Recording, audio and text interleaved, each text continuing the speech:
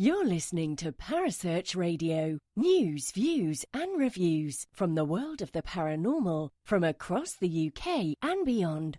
Find us on Facebook, Twitter and the World Wide Web. The views and opinions expressed by presenters and guests are their own and do not necessarily reflect the official policy or position of Parasearch Radio or their affiliates and sponsors. Listener discretion is advised. It's Monday evening, and you're listening to Joe and Gemma on the Supernaturelle Show.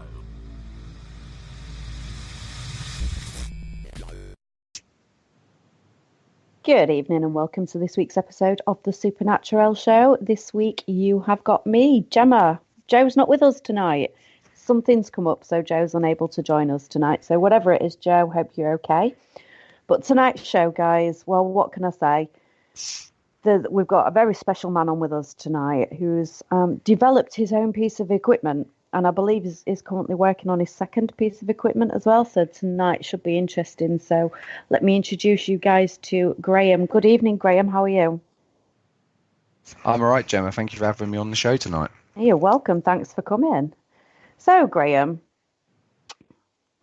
your piece of equipment, we've just been discussing this off air, because although I'm aware that you have developed your own piece of equipment, I was unaware of what it was called. Okay. So you've just thrown two names at me. So live on air, I'm just going to put you on the spot now. Okay. Which one are we going with? What is the official name? Well, I am basically edging towards just calling it the GFB Laboratory, because essentially what I've developed isn't necessarily just a piece of tech that can just be kind of taken around at will during a kind of usual paranormal investigation. It is literally an experiment that is to remain stationary and is to remain in a sort of controlled environment. So essentially, it is kind of a paranormal kind of field laboratory set up in order to kind of detect the data that supports the predictions made under Thomas Fusco's theory of supergeometry. So hence why I thought that name with the laboratory part on the end was more kind of a better way of conveying over what it is against the word triangulator, which basically the reason why I threw that in is because the formation of the experiment is in a triangle formation. Essentially how I've got it set up at the moment. So let's go on to the experiment. Okay. Before we start drifting off, because that was going to go where you're progressing further. So let's just talk about how you've got it to where it is now. So you've just said Fusco was one of the main reasons and his theory as to why your experiment came about. But previous to this, you was a ghost hunter, right? Yeah. I mean, do you want me to kind of just give you a brief sort of background? Yeah. Myself? Okay. Well, yeah. I mean, I've been in the paranormal field now for around 8 years. I started kind of late 2010. I mean, I've always had an interest in the paranormal field from as a teenager, watching various different programs over the years, but never really kind of got involved in it. It wasn't until sort of around 2009 I started watching lots of episodes on YouTube of ghost hunters, and that kind of really captured my attention more so. I think I kind of liked the way that they conducted their investigations and the equipment that they used, and their approach kind of enticed me. And I suppose that from that point I kind of modelled myself on them really at first, and decided that I wanted to get involved in paranormal investigations. So that's when I started to purchase some of my own equipment. So the first piece of equipment I purchased was a K2 meter and then infrared camera and so forth. So I think what happened was I just kind of found opportunities to go out and investigate for a couple of hours here and there with a few friends that also had a kind of slight interest in the paranormal field. And after a couple of months of doing this, me and another friend, we were having a chat one day and said that we'd like to do it more often. So we decided to run these little small events every now and again locally, just so we could kind of, do paranormal investigations more often. So we did this. However, after about a year of doing so, anyone who's ever run any kind of events, it's very restrictive on what you can do in the sense of, I had purchased all this equipment. I personally wasn't getting to use it or benefit from it, and it was more about entertaining other people. And I mean, we had many experiences at some locations which obviously were intriguing, but I suppose after a year I kind of felt that I wasn't personally benefiting from doing this, and I wanted to kind of investigate the paranormal for myself, and not worry about having to kind of cater for other people. So that's when I kind of stepped away from that and set up my own paranormal society, which we ended up calling it RSVP UK, which basically means Research Society to Verify the Paranormal, and then we just threw in the United Kingdom, just because obviously lots of web domains you already had the name of RSVP. So we just threw the UK part in just to kind of break it up a little bit. And I suppose that you're UK based, so I suppose it makes sense. You're UK based as well, absolutely. So so it's from that point where I felt my journey really started to kick-start itself. So obviously, I kind of set up an approach where I wanted to build a case file of every investigation that we conducted, whether that be at a kind of commercial location or within a private dwelling. And this was something I think that kind of at the time set us aside with most people that were doing paranormal investigations, well, within our kind of local area anyway, because we used to kind of produce our clients with a hard copy of this plan of how we were going to conduct the investigation, what our aims and objectives were during the investigation, all the information and data that was gathered during the investigation, and then obviously the evidence analysis process as well. And then also what we did is we always threw in our conclusion as well of what we felt was going on. Which is something that you don't get from a lot of ghost hunting companies, if we're totally honest. A lot of people do not do any of that.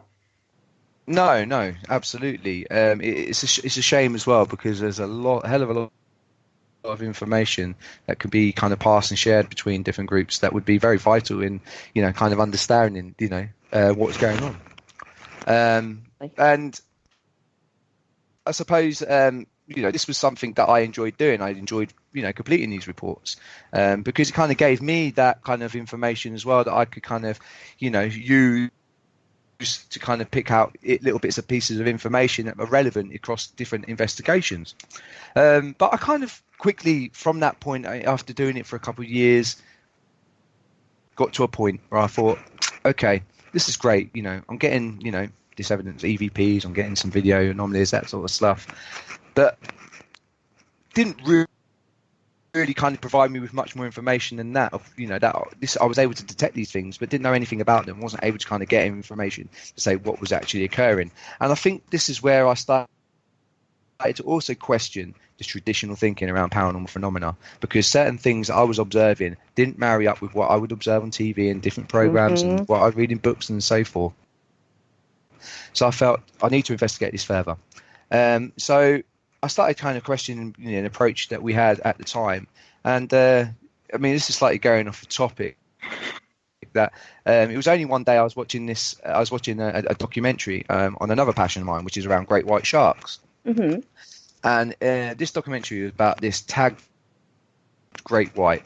It was tagged off the south coast of Australia. And basically what they did was they monitored this shark off the coast, and then about so many days after it had been tagged, they got a pinging signal to say that the tag had kind of released itself and was at the surface of the ocean. So they went and retrieved this tag, and then they basically obviously put the data into the computer and analysed it, and they came up with some interesting kind of data which kind of startled them. So basically what this sensor kind of detected was it detected like the depth in the shark was at particular times, obviously where it was, through GPS and all that sort of stuff, and also the temperature of the depth of where it was in, at the time and so forth. So obviously, I think at one point they detected that it was 70,000 feet underwater, and obviously temperatures at that depth are quite cold. But all of a sudden, basically, the temperature rose to around sort of like, what would be classified as body temperature. Yeah, can't remember exactly the temperature they said it was, and this remained for a couple of days, and then all of a sudden, as quickly as it kind of appeared, it then disappeared. So basically, the temperature kind of rapidly reduced back down to kind of what it would have been at that depth, and then the tag. Then you can see that it quickly rose from its depths back to the surface. Hence, that's when the sensor started pinging its signal back to kind of the HQ. So they found this kind of strange, and what they did was they kind of came to this conclusion that there must have been at some point that this shark was probably consumed by something larger than itself. Hence why, so the shark was consumed. The sensor then may have remained inside this other creature's body for so many number of days before it was obviously released back, into the ocean. Released into the wild, yeah. Wild. So they were able to kind of get, obviously that not kind of confirmed, but that they were able to kind of at least kind of come together with some sort of theory around maybe what could have occurred, to have created this data. And it kind of gave, I felt, just this data alone gave them quite a bit of information. And I just kind of felt to myself, do you know what? This is what I need to do in my line of work within the paranormal field. So I started kind of looking into kind of data loggers, and what technology was available to purchase.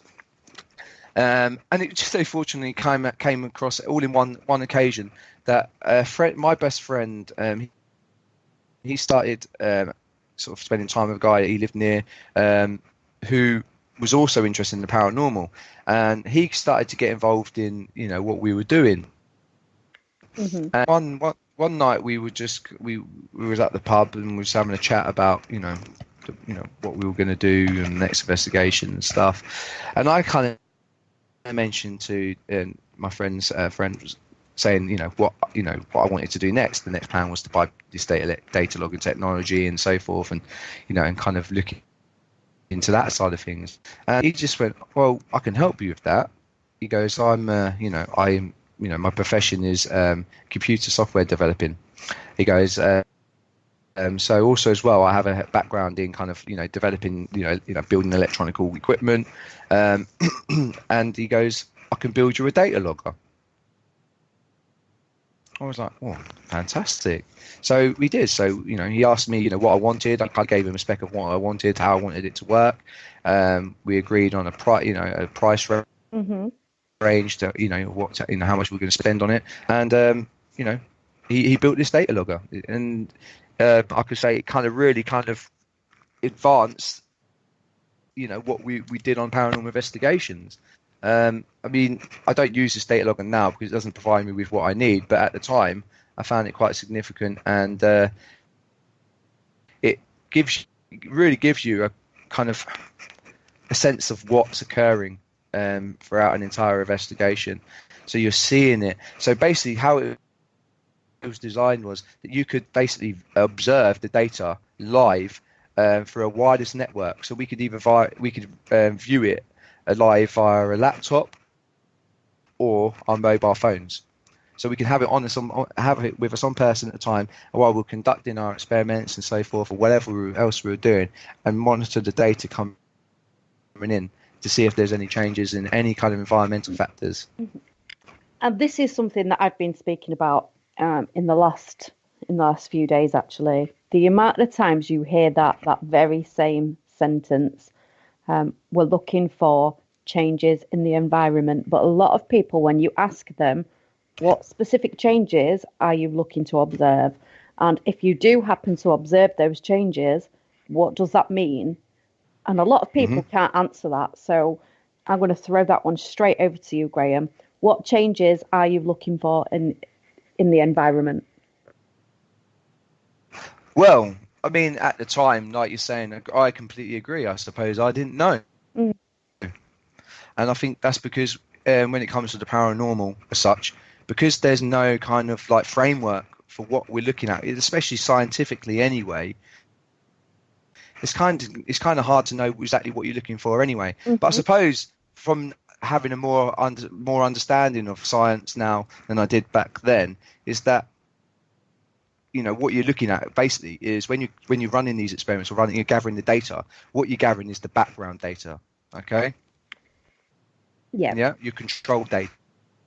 So this is basically what the sort of data you're going to experience. So basically, every location is going to be slightly different to some degree, and so basically you can't always say that, you know, because of the set of data you've got one location, it's going to be the same set of data at another location. So basically, you have to take every different location set of data as that set of data. But if you're going to run that data at that location over multiple investigation, then you should during any kind of normal circumstances have the same background data, control data, that sort of thing, you know, simultaneously through many different experiments. However, like you're saying, though, true to its word, it was hard to identify a lot of the time, even with this data, exactly what we're looking for.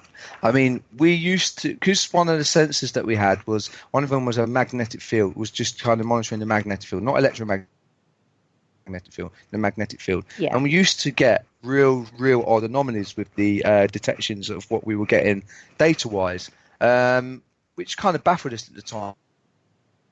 But I kind of realised over time that the sensor was potentially probably malfunctioning quite a bit. And also as well, the data logger was flawed as well.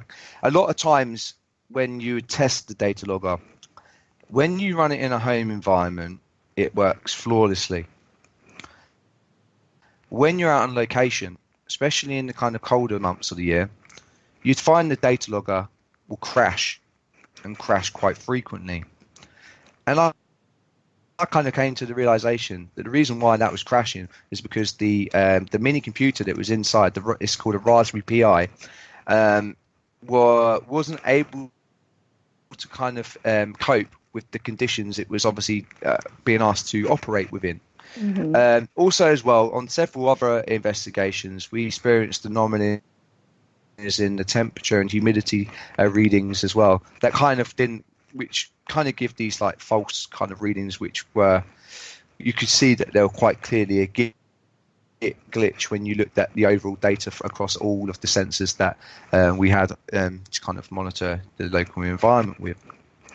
So I kind of realized that this data logger was no longer going to be sufficient in providing me with the with good, honest data, or even kind of what's the word for it, reliable set of data. So I kind of started to kind of discontinue using that particular device.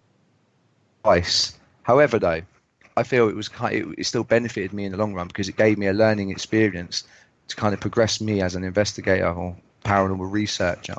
I think a lot of people come to this point in their journey when it comes to the paranormal, where you either go one of two ways.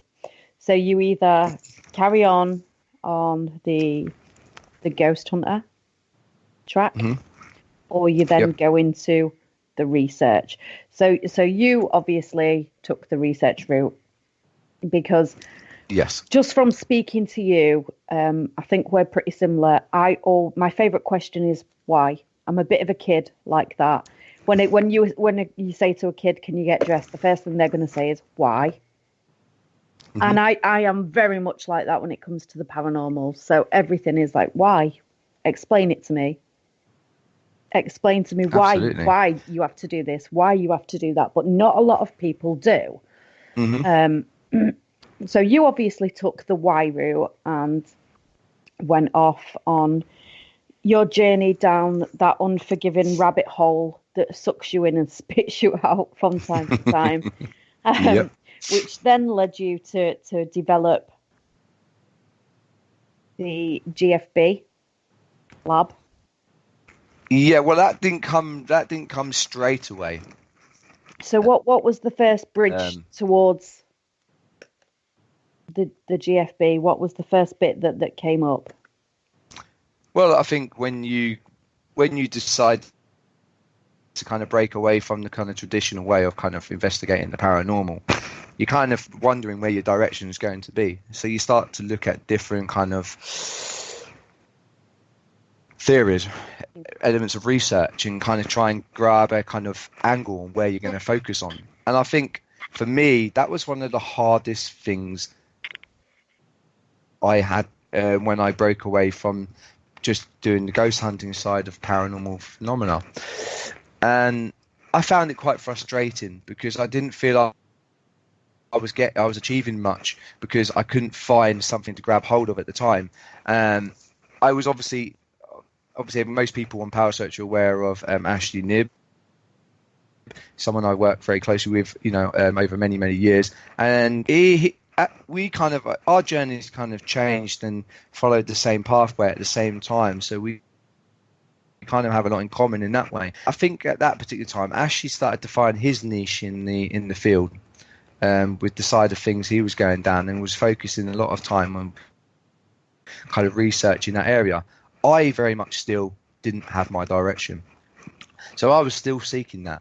So I was stuck in this limbo for probably a good year, and it wasn't until just one day I was doing some decorating work at home that I decided just to type into YouTube paranormal science. Came across this radio interview of Thomas Fusco. Never heard of the guy, had no idea what it was about, so I just thought I'm going to bung it on and listen to it while I'm doing my decorating. And for me, it was the biggest eye opener I could have at that time. Everything he was saying, I was just so amazed with and taken back with that. And it was what he was saying. A lot of things are very consistent, within science and physics and things like that. And I thought to myself, wow, this guy's, this is something I've never heard before. This is all stuff, that I've been kind of searching for, not being able to come across so far. So I started looking into it a bit more and came across his website, about his book. You go. I've lost you. Can you hear me? Oh, sorry, you broke up for a minute there. Oh, sorry. You came across the website was the last thing that I heard. Okay. I didn't get much further than that. Okay. So I decided that I would buy his book and kind of research, and look at, read what he had to say. So his book is Behind the Cosmic Veil. Yes, it is, yeah. If anybody's not read it, it is well worth the read. Absolutely. And, again, I read his book, kind of spent a couple of months thinking about, the content of the book, what was in it, and kind of wondered whether or not this was the angle I wanted to take. And I felt that it was the right move for me because he gave me a framework to work with, something that I could grab hold of and use and kind of focus my work towards. So that's what I started to do. And with me, I'm not the best. I'm not the greatest at kind of finding lots of books and reading lots of information around theories and things like that. I haven't got that much patience to do so. I'm more of a kind of, I want to get going and start looking at, start developing things and start getting out there and actually gathering the data and that sort of thing. That's kind of my interest as well in the area. So I kind of skipped a few chapters in that sense, where actually he's more of a theorist with regards to kind of, reading lots of information and then kind of piecing bits together. I wanted to jump in there straight off and start kind of getting out into the kind of, getting out in these locations with this equipment and so forth. So going back to Thomas's theory, I looked at the kind of key elements with regards to, what sort of phenomena would occur when, certain things, for example, within Thomas's information, he talks about materialization of information. Mm-hmm. And there's a process that this information goes through to materialize in our four-dimensional reality. And when it crosses over the light barrier to the sublight barrier, it's hard to explain. Basically, this information materializes as physical matter and then presents itself, which obviously is something we're able to observe and view and detect, with our equipment and so forth. So one of the key kind of primary effects that we would observe under Thomas's theory is an independent gravitational field. And this needs to occur in order for this information to materialize. Now, I'm probably skipping a little bit too far here, but it's going to be hard to explain a lot of his theory in connection to what I'm talking about. Mm-hmm. It might be something else. You maybe need to get him on the show if you want to do it at a later date. But again, I have developed a presentation for FearCon in September, which should provide this background information in detail in a way that is easy to kind of understand. But anyway, going back to what I was talking about. So this independent gravitational field will present itself. And this is key, and this is what is required in order for this information to materialize. So with that expanding bubble of space, now I'm not, it depends on, what the circumstance is and how big the expanding bubble of space-time is. Other effects materialize from this emergence of this gravitational field. And this is where it becomes relevant for the paranormal community. So we obviously, when we go out and investigate the paranormal, the main key kind of environmental factor everyone looks at and has the equipment for is detecting changes in the electromagnetic field. Mm-hmm. So what happens is when this field, this bubble of space-time emerges, what it does, it kind of compresses and messes around with the atoms within its local environment. So what happens is when these atoms become excited, the electrons in the atom go to a higher orbit. Okay, so once they start to jump back down to their original orbit after they've been excited and they're losing energy, in order to release that energy, what they do is they release a particle of light, a photon. Okay, mm-hmm. So because what happens is, when the atoms are getting excited, the electron jumps to the higher orbit. So then that is when you start to detect or have the potential of detecting an electromagnetic field. Okay, and also as well with the effect of that, I was saying, going back to the kind of the photon being released after the electron jumps back down to its lower orbit. When the photon's released, this is another example of how a light anomaly can present itself within a paranormal location. Okay, because it's the same mechanism of how an LED works, a light emitter diode goes through the same process. So this is already a kind of like scientific way of how a light anomaly can occur at a paranormal site. Okay, this is the mechanism involved, and it just kind of opens doors to many other avenues.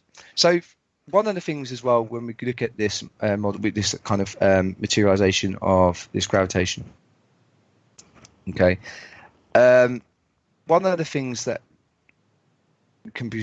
we look for in the field is EVPs. Okay, when we use our capturing electrical voice phenomena, and I think the general consensus is that a lot of people feel that all these low frequency sort of sound waves, we are obviously in the ultrasound scale and all that sort of stuff that we can't hear at the time, but obviously we can detect on the microphones of our audio devices. But Thomas predicted, before he had any kind of information of what has been, what sort of experiments have taken place, to kind of detect these effects, is that he said that an EVP, can be detected in a vacuum chamber. So what happens is, for example, if you put a or digital recorder inside a vacuum chamber. Okay, Mm-hmm. what you can't record is audible sound. Okay, acoustically, because there's no air molecules to vibrate in order to affect the acoustic diaphragm. So if you detect an EVP whilst the dictaphone is in this vacuum chamber, then it is electromagnetically detected via the copper coil inside the microphone. Mm-hmm. So again, most people feel EVPs are more of an acoustic effect, where actually you'll probably find that if you run certain experiments, you may find that actually it's not an acoustic effect, it's actually detected electromagnetically via the copper coil. And the another way you can do this experiment is remove the acoustic diaphragm from the microphone, so you just have the copper coil left. Again, so if there is an acoustic kind of sound wave presents itself, you're not going to detect that because you've removed that component that has the ability to kind of vibrate depending on the vibration of the air molecules. Mm-hmm. So again, if you detect something on that device, then it's been detected and picked up electromagnetically. Okay, so this kind of then also goes on to another experiment that I'm kind of working on, but I can get onto that at another time. But so there's lots of effects that are created from this one occurrence with this gravitational field that presents itself. There's so many different effects that kind of materialize from this that are present in a paranormal location. Yeah. And another thing that Thomas kind of helped him kind of realize this was he was having certain discussions with a physicist that was specialized in general relativity, and he was having this discussion about this, hypothetical, saying that, if this gravitational field was to present in, say, a local environment, on Earth, what sort of effects would I experience? And he said he was so gobsmacked that what he heard this physicist say that he would hypothetically experience should this occur. And basically what he said was, this physicist was describing all the effects that people would observe in a paranormal haunted local site. Okay. Without the physicist even knowing that he was describing this.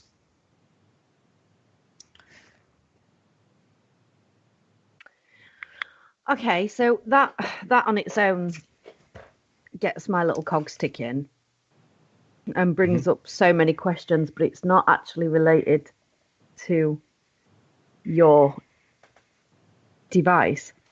So okay, we're going to have to come back to that if we've got time at the end, because my cogs are proper ticking now. Thank you for that, Graham. That's right. I'm having to get a piece of paper out so I can write stuff down so I don't forget as well. Right, so let's go back to your piece of equipment. So let's go back to the GFB lab. Right, so. Okay. Thomas's theory got your cogs ticking, got your mind working as to how, why, and how do I document this. So you've obviously done lots and lots of field tests on your piece of equipment. Yes. Under strict controls is what I've been led to believe. So what are these strict controls? Well, I say I haven't conducted them under strict controls because I haven't had the opportunity to do so. And this is another thing that makes this experiment extremely difficult to conduct.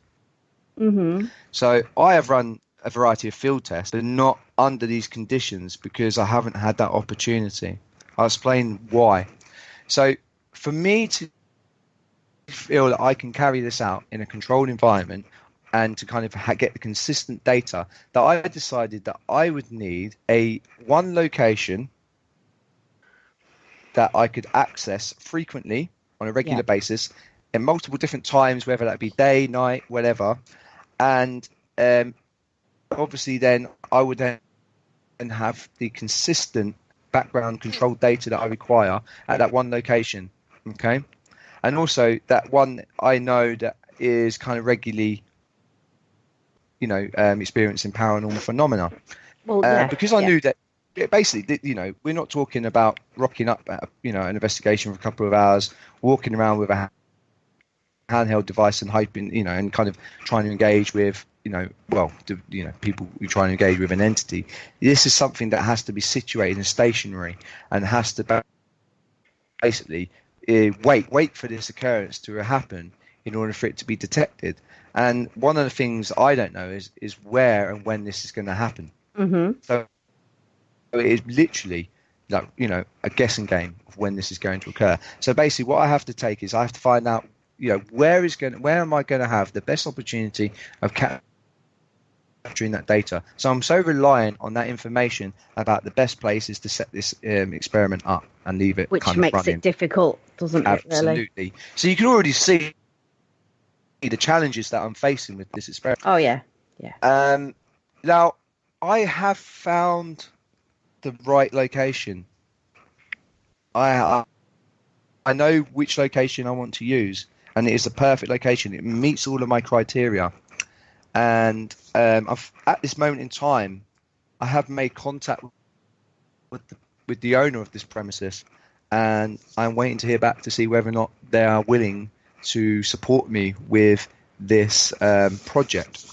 Okay, that sounds very interesting. So that's just going to be one little snippet of things to watch then, is it, in the upcoming future? Absolutely. So there's an element of frustration for me at the moment because I am not able to kind of carry out this experiment under the conditions that I want to. So I have been left to kind of really run the experiment in the sense of just to test it in how it operates, on a location. But you have to test anyway before you can say that something is fully efficient. Mm-hmm. You have to test it. Yep. So I totally get that. So at least the testing stage is over and done with. So during your testing stage, mm-hmm. how do you set it up? And what experiments? I know it's an experiment in itself. Mm-hmm. And I know that you have it in a triangular shape. Yep. You can remotely view mm-hmm. the statistics from elsewhere. So have you tried to see if there's any changes with people in the room compared to nobody anywhere near? Yep. And what's the difference? There's no difference whatsoever. Absolutely no difference. When there's, for example, I took my experiment to Bodmin Jail last weekend. I was invited to take it there by the lady Trish, who's running the FearCon convention in September, and it was a public event, so I knew it wasn't going to be a kind of successful evening in the sense of kind of getting any variable data, but I just wanted another opportunity to kind of test run it anyway, set it up, see how it kind of I would. It operates, because like anything, any equipment anyway, it relies on several kind of components, whether it be a network, a computer, and sensors to kind of function in one, simultaneously. Once again, anything can happen, and there were times when even just testing it at home, I'd experience a sensor would lose signal, so I'd lose that set of data, which I could have been recording for a couple of hours. So for me to kind of get experience and use of running this experiment on location, where we know that sometimes the setup process is going to be completely different to how you how quickly or how efficiently you set it up in a home environment. Mm-hmm. It completely changes from location to location. So I needed to test that its reliability, to work and function on site in different locations. And so far, it's delivered on the job that I've asked it to do. Mm-hmm. Which is obviously something which is also vital, because it's not going to be very useful if I'm taking this on site and it doesn't operate in the way I need it to. It might, I might as well just abandon the investigation and just either go home or just walk around and just do what everyone else is doing. But, for the sense of gathering the data that I want under the strict controls that, I need in order to kind of really kind of verify what I'm detecting is what I'm detecting, it's a massive challenge. Of course it is.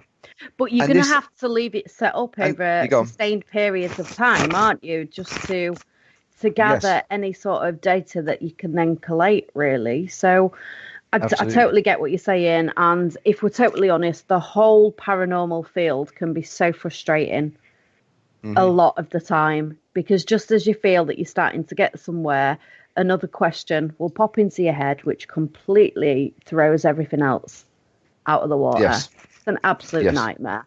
Have you had any false positives at all during your testing stages? Because a lot of equipment, take your K2s and what have you, a lot of equipment does give so many false positives, it's unreal.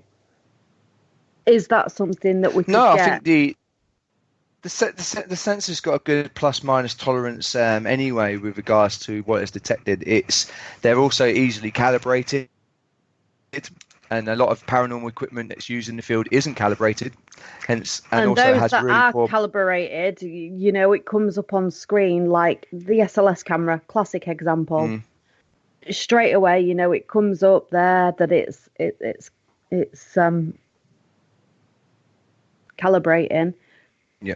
But at the same time as it's calibrating, it will come up with an abnormality, which some people can then see and read into that as being a spirit. Well, yeah. I mean, I'm not AFA. I've never used the SLS camera, but I have an idea of how it operates and all the potential flaws of what how it can detect things. Obviously, I don't think the SLS is designed to kind of work in low light anyway, or no light at all, and so already the software is kind of trying to search for something that it needs to kind of absolutely it is kind of malfunctioning to the point, so it kind of will detect on any change in any kind of environmental factor that presents itself for the camera. So it's going to grab onto that and think, okay, that is that what I'm looking for. Then what happens, this shape appears or stick figure. I don't know. It's not something I personally would choose to use if I was doing a paranormal investigation. So can you get any false positives with the sensors? Can they malfunction? I suppose anything has got the potential to malfunction. Let's be realistic here. We don't live in a dream world, but has there been any faults that you've picked up on up to now? Not so far, no. And the reason why is because the sensors rely solely on the force applied to the sensor. Okay, so the only thing that I've able to kind of find which would affect the sensor and the data that I'm getting is vibration. But even that doesn't necessarily affect the sensor a great deal, and that is very easily undetectable and understandable when this occurs. And I can say, even during investigations where people have been walking around it, so for example at Bodmin Jail, people were going into the room that the experiment was, and it was still producing the same set of data that it would do in my own home when I'm sitting stationary. That's good. So it's very reliable in that sense. But obviously, again, can I say, so for example, if I was going to produce, or kind of publish any kind of findings with regards to the data that I've captured with this experiment, if I kind of express that there were people present within that environment at the time, and I wasn't actually always 100% aware of their presence, which I wasn't, then automatically there's going to be question marks around what I've gathered. So I don't think it matters. This is why, Graham? Yeah, I'm here. Oh, sorry, I thought I'd lost you. I don't think it matters which way you go about publishing your findings, if you will. People will always have questions on it anyway. It's human nature. I said earlier on, my favourite question to everything is why, and it really is. And especially when it comes to the paranormal. But people being there, it can be completely irrelevant because, as we all know, you don't actually have to be there to set intentions. But the other thing is that most of the most people in the field, okay, have already got a kind of really embedded belief in what they're going out to. There's the problem. That's the problem there on its own, because people go out and they're not looking, although they're saying that their equipment is looking for changes in the atmospheric temperatures and the environment. They don't actually know what those changes are. They don't exactly know how they're measured. They're just going out on their own belief systems, if you will. Yeah, no, absolutely. It sounds harsh, but it's true. And that's the thing, I also have to be very aware that, and I've actually found this since I've gone down this route, that I feel that at times I'm very isolated because, and I suppose in some way, I do feel that element of frustration, because where I feel that something, I've got this unique position within the field, or something that, potentially has the ability to prove something significant towards understanding the paranormal mechanics. When you kind of discuss it with people, they can't seem to grasp what it is you're kind of talking about, and automatically revert to their kind of default position with regards to their belief and understanding. So it's very hard, and I understand that.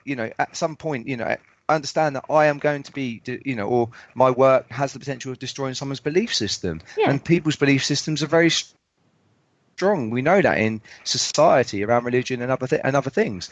So already, again, like you're saying, depending on what I get, data-wise, I get, I'm still going to be challenged, and I'm still going to be questioned, and I get that, and I understand that, and I'm also aware that even my experiment that I've developed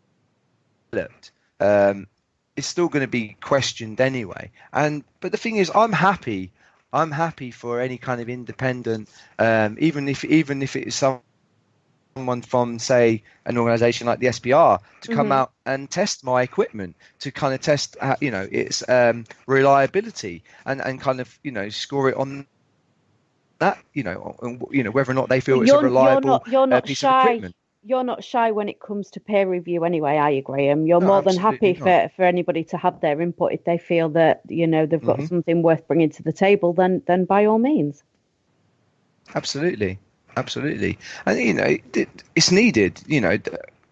That's how we advance in life, is that people challenge each other in kind of what they believe. It's like, for example, Jen, we were talking about, on Facebook yesterday about Einstein's theory of general relativity. It was about 20 years from when he originally released his paper before anyone actually took any notice and actually conducted any experiment connected to it. 20 years. Sometimes, though, in all fairness, it does take a while. It shouldn't, but sometimes it does take a while for those dots to be connected, and then somebody actually be brave enough, because in all fairness, it takes a lot for somebody to say, well, actually, I was wrong. We dismissed this offhand, but do you know what? We was wrong. We shouldn't have done that. Let's reevaluate. So, a credit, it definitely goes out to those people that do say, I'm sorry, I was wrong. Let's have a look. Let's reevaluate. Yeah.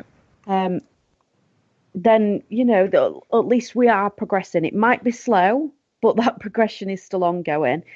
Guy Lion Playfair, he's another one. He was dismissed quite early on. And then years later, we're sorry. Yeah. Come back, all is forgiven. Yeah. Ridiculous. How do you see the paranormal field progressing there, Graham? Because, and I ask everybody this question because it makes me laugh. You hear so much about para-unity and all the rest of it, which is great for as long as you're not questioning people's belief systems. Because the minute you start questioning people's belief systems, then para-unity goes out the window. Absolutely. And that's a really tough question, Gemma. And, I know. Sorry, I do apologise. Yeah, I think it's going to be extremely difficult to move the paranormal community forward, and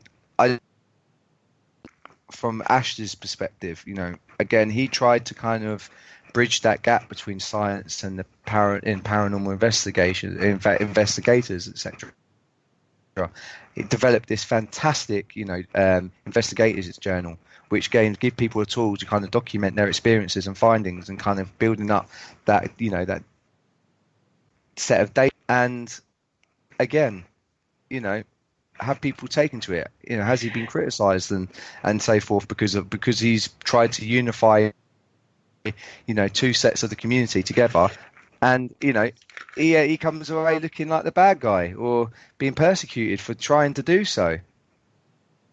Yeah, I mean, in all fairness, see what I mean? I'm going to be completely honest, and I didn't actually know that journal even existed until recently. Yeah. So yeah, in all fairness, I didn't know it was there. But it's not a bad tool, in all fairness. So say it again. It's not a bad tool, in all fairness. No, it's not. It's not. And I'm going to throw it in there. Ashley did take a lot of his book from my documentation that I had. So he does owe me a percentage of his earnings with regards to that investigator's journal. So I will pull him up at that at some point. I think you just have, in all fairness. You just have, Graham. Oh dear. Going back to I don't know. I think this is gonna. It's a difficult one because I think I find this isn't a criticism of people within the field. By the way, this is just my observation. Mm-hmm. It does seem to be that in order to be successful in the paranormal, is that you either have to, success is defined by, how you get yourself on TV. Massively. And hang on, I've done that. Are you talking about me too here, Graham? No, I'm not. That's not. I'm not criticising anyone. And I get that. There's an appeal to it, and it's fair play to people. If that's what they want to do, that's what they want to do. But no, it is. And success is based on that, and it shouldn't be. And it's just the way it is. Each to their own. But when media gets involved, it becomes sensationalized. When absolutely. In reality, that's not what the paranormal field is about. It is about years of sitting around, reading, experimenting, building your own knowledge. Yeah. It's not easy. Yeah. Yeah. Just to let you know, though, Graham. Yeah. Mr. Nib has said that you're welcome to the 72 pence profit. Well, any bit of money is, useful. Every little helps. Form. Absolutely. Every little helps. Every little helps.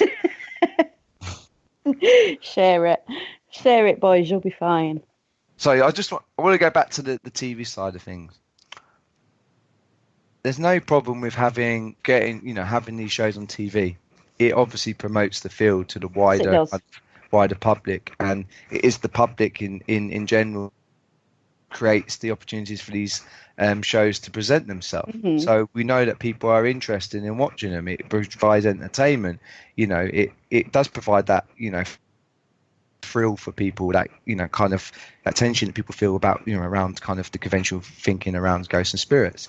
However, it is predominantly the kind of TV element is predominantly around the traditional understanding of paranormal phenomena. There needs to be a more varied view of paranormal phenomena on, in different ways. So whether or not that's down the kind of parapsychological side of it, or is it down the physics, astrophysics side of things and so forth, Yeah, even down to the research that goes on behind scenes that people don't necessarily get to see. Mm-hmm. All they get to see on the TV programs is, we'll call it the fun side. Mm-hmm. of ghost hunting when it's not always that easy. Yeah. You know, the fundamentals that go on behind scenes is the hard work. Yeah. It's easy to go out there and go into a haunted location and do an investigation. That's the easy part. If only the rest was that easy. Mm-hmm. Absolutely. And for me, my kind of sole purpose is to obviously find the answers and the understanding of paranormal phenomena. I want to understand the mechanics. Mm-hmm. I'm not interested in who done it. Okay. So, for example, this is something I like. I really love this kind of the way that Thomas promotes what he does.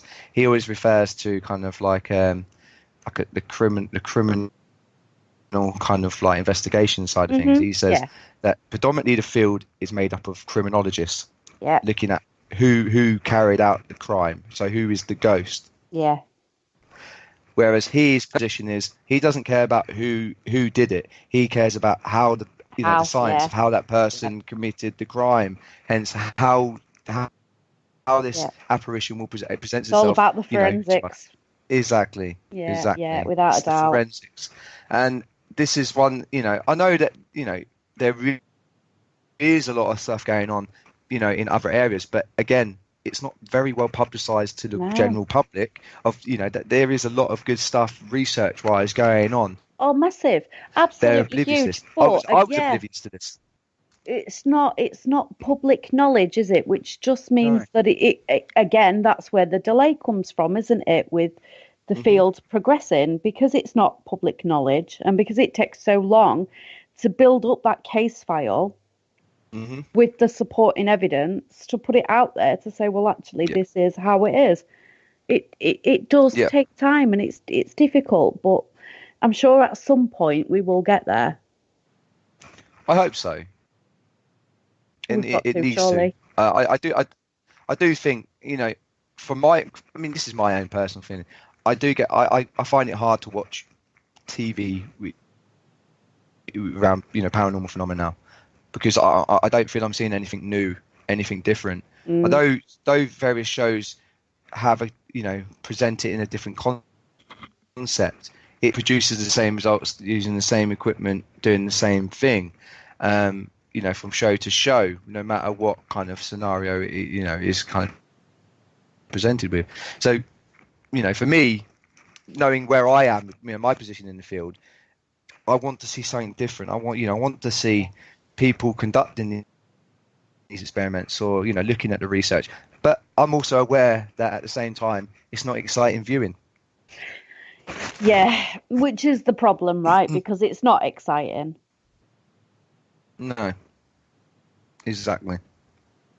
It is when you get in feedback and you're getting the data and you're seeing that something that your blood, sweat and tears has gone into is adding to the paranormal field, then that must be amazing. So it's exciting for the individual. Absolutely. And it's not exciting for general Joe Blogs at home sat watching. Exactly. And I'll tell you what, I mean, if what I'm hoping to detect with the GFB, presents itself, and, I am nervous about it because I am fully aware that it may not produce the results that I'm hoping to detect. But if it does, I don't know how I will contain my emotions around that. Yeah. Because for me, it would be a real significant moment in my journey. I can't wait to see it working. Whether or not in all fairness. Well, you'll have to join us on the, either a test run or when I get the experiment up and running in the location that I'm hoping will be willing to, support my work.